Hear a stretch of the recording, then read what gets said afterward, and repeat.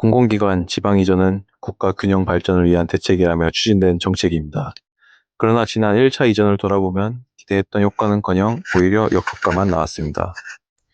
그럼에도 불구하고 정부는 2027년에 2차 이전을 추진하려고 합니다. 저는 왜 이 정책이 무용지물인지 말하고자 합니다. 첫째로 국가적 차원에서의 실패입니다. 1차 이전은 수도권 집중을 완화하겠다는 목표로 시작됐습니다. 하지만 현실은 달랐습니다. 수도권 인구 비중은 오히려 늘었고 혁신도시는 지역 산업과 단절된 섬으로 남았습니다. 산학연 클러스터도 제대로 작동하지 못해서 지역 경제를 견인하지 못했습니다. 결국 국가 균형 발전이라는 대의명분은 공허한 구호에 그쳤습니다. 둘째로 개인적 차원에서의 피해입니다. 공공기관 직원들은 열악한 정주 여건 속에서 삶의 질이 크게 떨어졌습니다. 교통, 의료, 교육, 인프라 부족으로 가족 동반 이주율은 낮았고 젊은 인재들은 이직과 퇴사를 선택했습니다. 지방 이전은 직원들의 생활 불편을 가중시키고 기관의 전문성마저 약화시켰습니다. 셋째로 역효과입니다. 기관은 수도권 산업과의 협업이 어려워져 출장 비용과 업무 비효율이 늘었습니다. 지역사회는 기대와 달리 발전을 체감하지 못했고 정책에 대한 불신만 커졌습니다. 즉, 1차 이전은 국가와 개인 모두에게 손해만 남긴 정책이었습니다.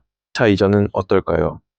이재명 대통령이 12월에 공공기관 업무 보고에서 언급했듯이 결국에 나눠먹기식 이전이 될 수밖에 없습니다.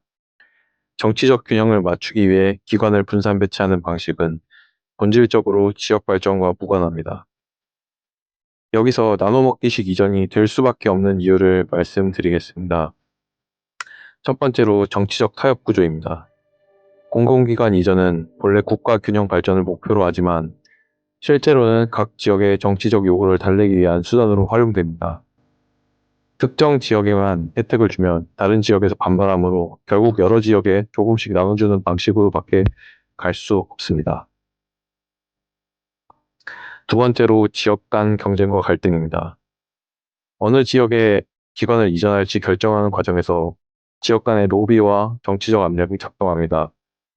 결과적으로 효율적 배치보다는 정치적 균형 맞추기가 우선되어서 기관의 성격과 지역 산업 연계는 뒷전으로 밀려납니다. 세 번째로 산업과 인프라의 연계 부족입니다. 기관의 기능과 지역 산업 구조를 고려하지 않고 단순히 지역 안배 원칙으로 이전하다 보니 산업적 시너지 효과가 거의 없습니다. 예를 들어서 금융 관련 기관이 금융 생태계가 없는 지역으로 이전하면 기관은 고립되고 지역은 발전하지 못합니다. 네 번째로 1차 이전의 전례를 보면 1차 이전에서도 혁신도시가 지역 산업과 연결되지 못하고 기관만 따로 떨어져 있는 섬이 되었습니다. 이 경험은 2차 이전에서도 반복될 가능성이 높으며 결국 또다시 나눠먹기식 이전으로 귀결될 수밖에 없습니다. 정치적 생존 논리가 있습니다. 대통령과 정부는 전국적 지지를 얻어야 하므로 특정 지역만 혜택을 주는 정책은 위험합니다. 따라서 모든 지역에 조금씩 나눠주는 방식이 정치적으로 가장 안전한 선택이 됩니다.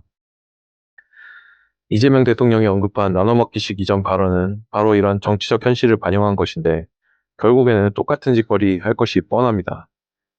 결론적으로 공공기관 이전은 본래 국가 균형 발전을 위한 정책이지만 실제로는 정치적 타협과 지역 안배 논리에 의해 움직입니다.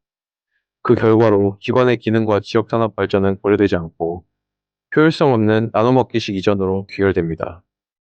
1차 이전이 실패한 이유도 여기에 있으며 2차 이전 역시 같은 구조적 한계를 벗어나지 못할 것입니다. 1차 이전이 실패했는데 같은 방식으로 추진되는 2차 이전이 성공할 리 없습니다. 따라서 2차 이전은 국가 균형 발전이라는 이름을 빌린 또 하나의 무용지물 정책입니다. 이제 보여주기식 이전이 아니라 지역이 스스로 성장할 수 있는 산업, 교육, 생활, 인프라 구축에 집중해야 합니다. 그렇지 않다면 공공기관 이전은 그저 정치적 이벤트에 불과할 뿐입니다. 시청해주셔서 감사합니다.